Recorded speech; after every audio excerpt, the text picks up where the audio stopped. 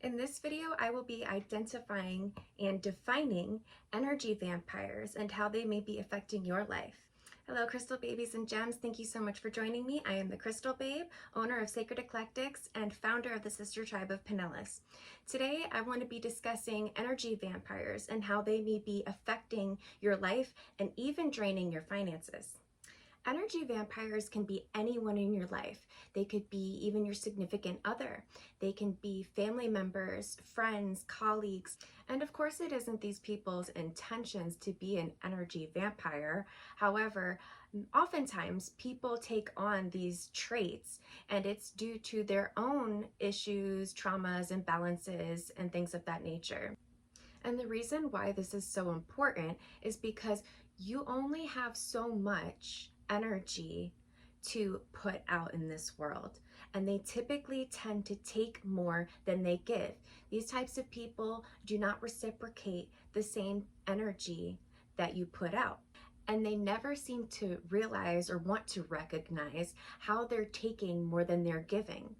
It could be your time, your money, just your energy overall. And there's different ways that they can tend to do that through making you feel obligated to do something or to not do something. Energy vampires tend to be very opinionated and overbearing with their opinions, especially over your life and the decisions that you make.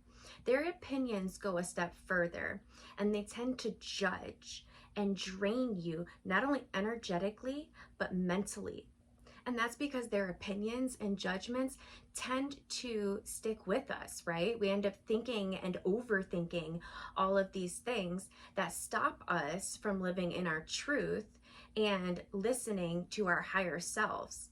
They try to convince you that they know what's best for you and your life, when truly you're the only one that knows what will make you happy and how to get that.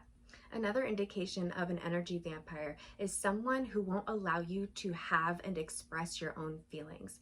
They tend to stop you midway through your story to tell you how to think and how to feel about the situation before you've ever even fully expressed yourself. They're not open to your feelings. They're more open to their own feelings about the situation.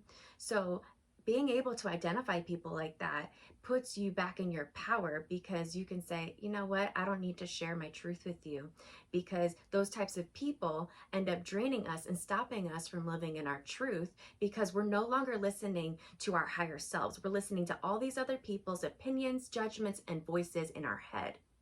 As an example, as a business owner, I have many times had people tell me, oh no, you can't make jewelry for a living. You can't do YouTube. You can't do TikTok. And that's completely false. How does anyone else do it, right? How do business owners all over the world end up being successful? It's because they didn't listen to the naysayers. These people will try to convince you that they know what's best for you and your life when they're working a 9 to 5 and depressed. And so therefore, of course, they're not going to listen to your feelings. And this is why it's so important to be able to identify people like that, so that it doesn't stop you from living in your truth, going after your desires and the things that you want for your life that are actually going to make you happy. And watch, you will be able to identify them even further when you start to stand in your own power and make your own decisions. Watch how mad they get. They'll guilt trip you. And when that doesn't work, they'll try to get angry and manipulate you out of following your own intuition, your own heart's desires, and they will literally try to make you feel bad about doing what's best for you. That's a very toxic dynamic and relationship to have, but we all have them. There's always going to be somebody that thinks that they know what's best for you when they don't even know what's best for themselves. A lot of the reason for this is because people don't have the confidence to do the things that you do, and they don't understand what it is like to stand in their own power. Another thing that I feel that is very important to bring up about this matter is that these types of people prey on empaths and people with codependency issues. And that's because codependent people tend to be very people pleasing. And so if you find yourself attracting these energy vampires, start to look within and ask yourself those deep, difficult questions. How am I attracting these people into my life? And why am I feeling that I need to give more than I receive? Because usually it comes from a trauma where we feel that we aren't being accepted and valued. And so the key here is to gain confidence and to stand in your power. And that way you will no longer be victim to these types of people who drain your energy. And so the key to avoiding these kind of power dynamics is by standing in your truth and remaining confident. And so at the end of the day, it's about taking your power back and saying, no, I'm not going to stand for this, and I'm going to make my own decisions about how I'm going to handle my life and my choices. But the only way to do that successfully is if we stand by our choices. The thing with energy vampires is that their negativity tends to stay with us.